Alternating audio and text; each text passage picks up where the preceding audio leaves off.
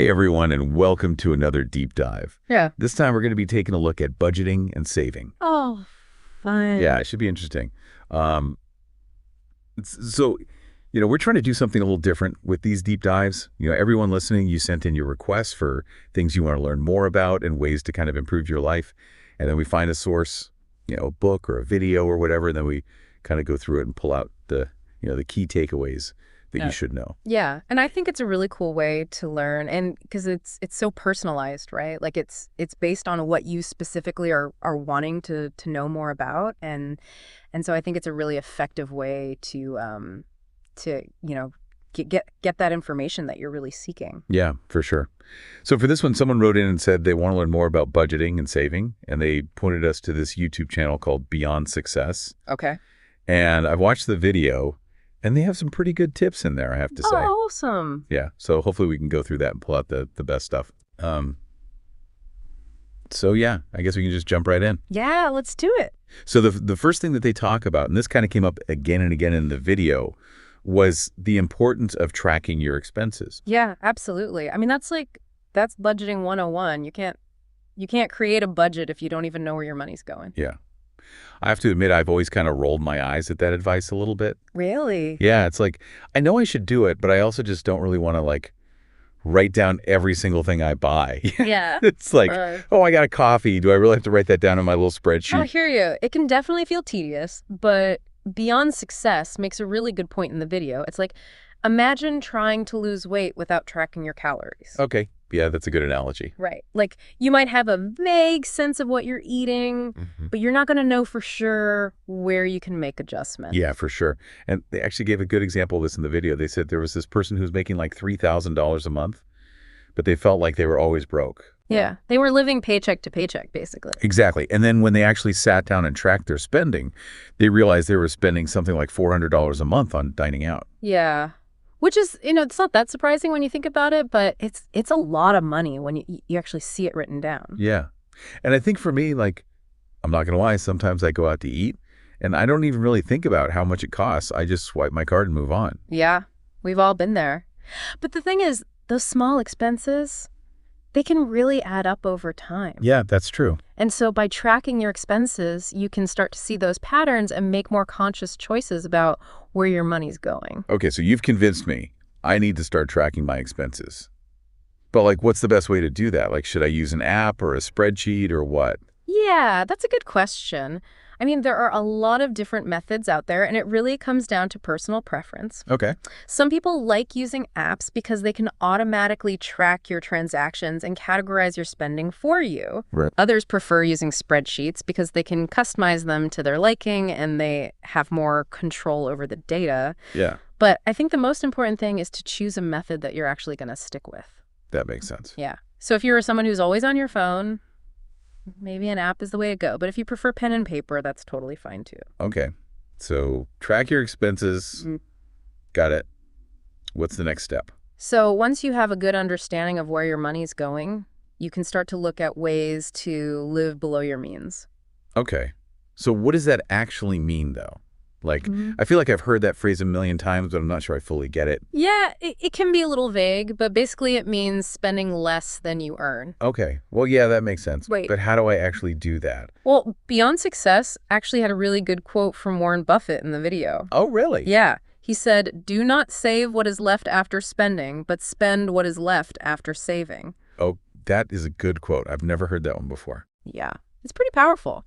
And I think it really gets to the heart of living below your means. It's about making saving a priority, not an afterthought. Yeah, okay, I see what you mean. So instead of spending all my money and then whatever's left over I put into savings, I should decide how much I want to save first and then spend whatever's left. Exactly. Okay, so Yeah. going back to that example of the person making $3,000 a month, if they wanted to save 20% of their income, they would put $600 into savings right off the bat and then have $2,400 left to spend on everything else. Right. Okay, so it's about being intentional with your spending. Yeah.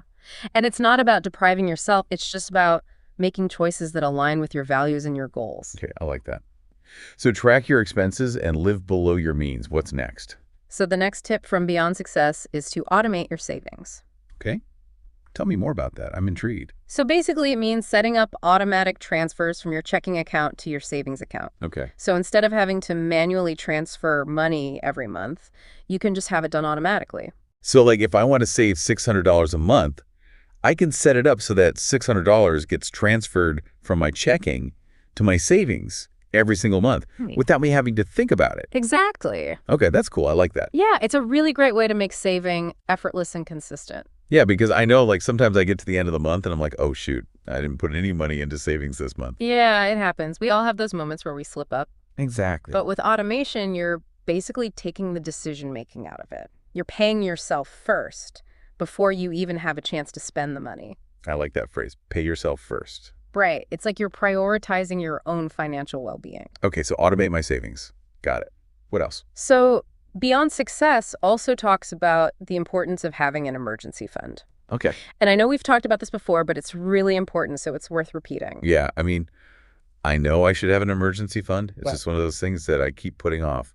I get it. It can feel overwhelming, especially when you're first starting out. Yeah. But the thing is, an emergency fund is like a financial safety net. Okay. It's there to protect you in case of unexpected expenses, like a medical bill or a car repair or job loss. Yeah. And having that safety net can give you peace of mind and help you avoid going into debt. Okay, so how much should I have in my emergency fund? So Beyond Success recommends having 3 to 6 months worth of essential expenses saved up. Okay, so if my essential expenses are, let's say, $2,000 a month, I should have between $6,000 and $12,000 in my emergency fund. Yeah, exactly. Okay, and where should I keep that money? So a high-yield savings account is usually a good option for an emergency fund Okay, because it's FDIC insured, so your money is safe. okay. And it's also easily accessible in case you need to use it. Okay, cool. So track expenses, live below your means, automate savings, build an emergency fund, anything else? Yeah. The last tip from Beyond Success is to avoid impulse spending. Okay. Yeah, that is a big one for me. I am very guilty of impulse spending. We all are. It's so easy to get caught up in the moment and buy something that we don't really need. Yeah, especially with online shopping. It's just too easy. Right. And they have all those sales and limited time offers, and it's like, oh, I have to buy it now or I'll miss out. Exactly. So Beyond Success recommends using the 24-hour rule. Okay, so what is that? So basically, if you see something that you want, wait 24 hours before you buy it. Okay. And during that time, think about whether you really need it or if it's just a want. Okay. So it's like giving yourself a cooling off period. Exactly. And a lot of times you'll find that after 24 hours, you don't even want the item anymore. Yeah, that's true. Yep. I have definitely done that before where I put something in my online cart and then I come back a few days later. I'm like, why did I even want this? Exactly. It's like the impulse has passed. Yeah. And another good tip is to make a wish list. Oh. So if you see something that you want, add it to your wish list and then wait a month or two before you buy it. Okay. And if you still really want it after that time, then you can consider buying it. Okay, that's a good idea. So it's like a way to prioritize your spending and make sure that you're only buying things that you truly value. Exactly. Okay, so we've covered a lot of ground here.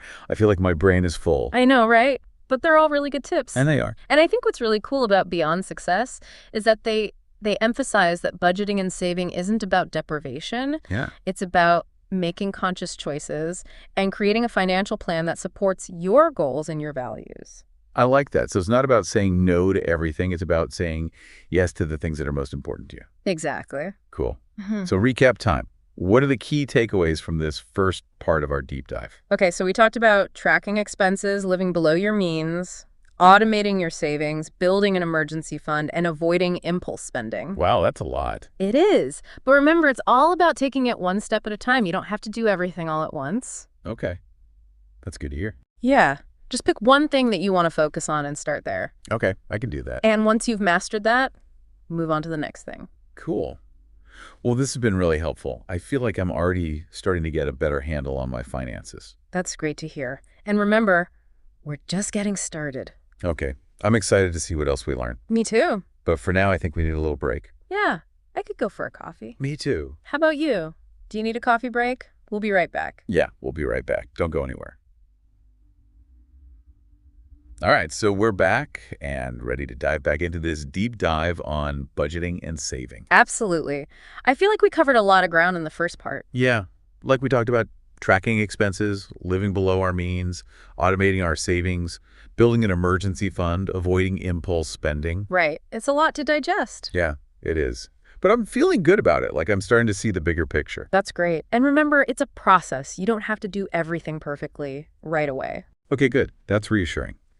Because sometimes I feel like I get so caught up in trying to be perfect that I end up doing nothing at all. I think that's a common thing. But Beyond Success really emphasizes that budgeting and saving, it's not about perfection. Okay, good. It's about progress. Okay. It's about making small changes over time that add up to big results. Okay, I like that. Progress over perfection. So what's next on our agenda? Like, what are we talking about today? So today I want to talk about something that often gets overlooked in discussions about money. Okay, what's that? Values. Values. Okay, like what do you mean? So our values are basically our beliefs and principles that guide our decisions and actions. Okay. And they play a huge role in our relationship with money. Okay, I see that. Yeah. Like if someone values experiences, they might spend more money on travel than someone who values material possessions. Exactly. Or if someone values security, they might prioritize saving for retirement or paying off debt. Okay, that makes sense. So how do values actually play into budgeting and saving? Well, when we're clear about our values, it becomes easier to make decisions about how we spend our money. Okay, so it's like a framework for making financial choices. Right. And it can help us avoid making decisions that we later regret. Okay, so like, for example, if I value sustainability, I might choose to buy eco-friendly products, even if they're a little more expensive. Exactly. Or if you value community, you might choose to support local businesses. Okay, I see what you mean. So it's about aligning our spending with our values. Exactly. And when we do that, we're more likely to feel good about our financial choices. Yeah, for sure. It's like when you spend money on something that aligns with your values, it's like a double win. Exactly. You're getting what you want, and you're supporting something that you believe in. Okay. So how do we actually figure out what our values are? Like, is there a quiz we can take or something? I don't know if there's a quiz, but there are definitely some exercises you can do. Okay. Like you can think about what's most important to you in life. Okay. What do you want to be remembered for? Well- What are you most passionate about? Okay. And once you have a good understanding of your values, you can start to think about how they relate to your finances. Okay. So like, if I value family, I might prioritize spending money on experiences that we can share together. Exactly. Or if you value creativity, you might invest in your hobbies or your art. Okay. I like that. So Right. it's not just about cutting expenses. It's about being intentional with our spending and making sure that it aligns with what's most important to us. Exactly. And it's also important to remember that values can change over time. Okay. So like what I valued 10 years ago might not be what I value today. Exactly. So it's good to check in with yourself periodically and make sure that your spending is still aligned with your current values. Okay. That makes sense. So what's next? So now that we've talked about the importance of aligning our spending with our values, I want to talk about something that can help us actually achieve our financial goals. Okay. What's that? Investing. Ooh, investing. That sounds a little scary. I know, a lot of people are intimidated by investing. Yeah. I feel like it's this big, complicated world that I don't really understand. Right, but it doesn't have to be. Okay, good. Investing is basically just putting your money to work for you. Okay. So instead of your money just sitting in a savings account, it can be growing and earning you more money. Okay. That sounds pretty good. So how does that actually work? Well, there are a lot of different ways to invest, but one of the most common is to invest in the stock market.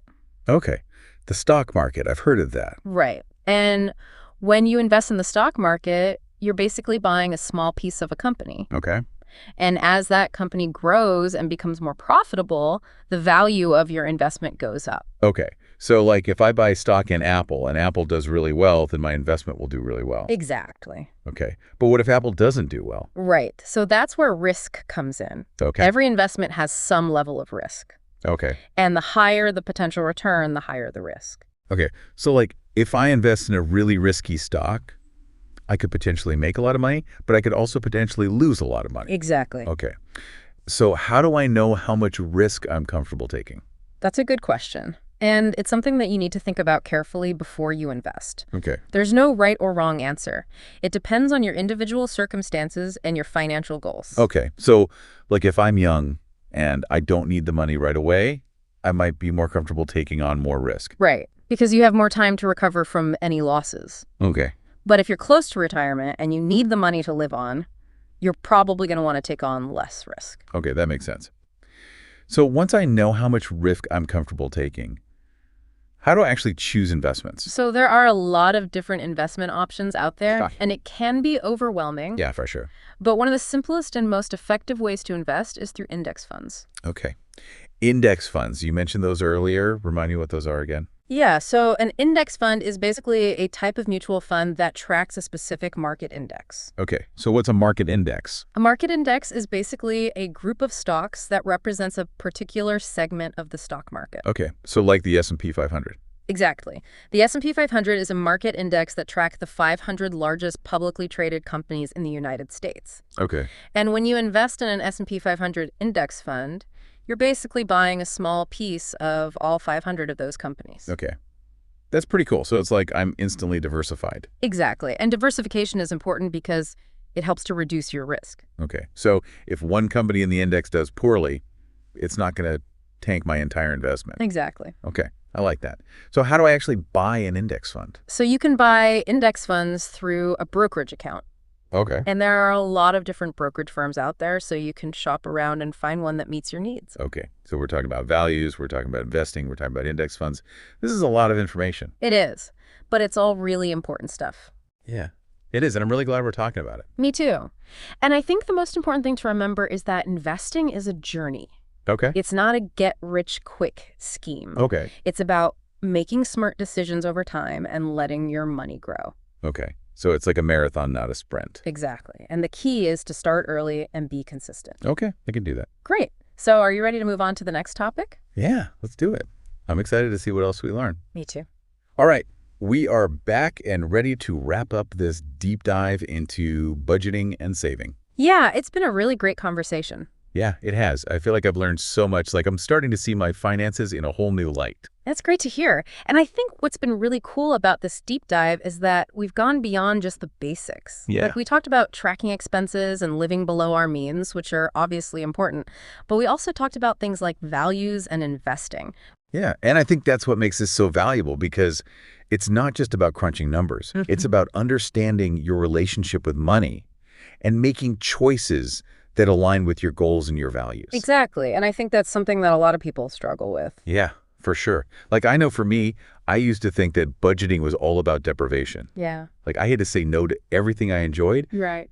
but now I'm realizing that it's not about that at all. It's about making conscious choices. Yeah. And it's about creating a financial plan that supports the life you want to live.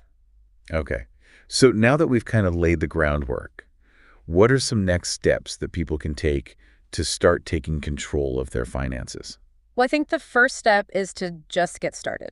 Okay. Like pick one thing that you want to focus on, whether it's tracking your expenses or setting up a budget or automating your savings, and just start doing it. Okay. So don't try to do everything at once. Just pick one thing and focus on that. Okay. And once you've mastered that, move on to the next thing. Yeah, exactly. And remember, it's a journey. Okay. There are going to be ups and downs. Yeah, for sure. But the important thing is to just keep moving forward. Okay. So what are some resources that people can use to learn more about personal finance? Oh, there are so many great resources out there. Like there are books and podcasts and websites and blogs. Yeah. And there are also financial advisors who can help you create a personalized financial plan.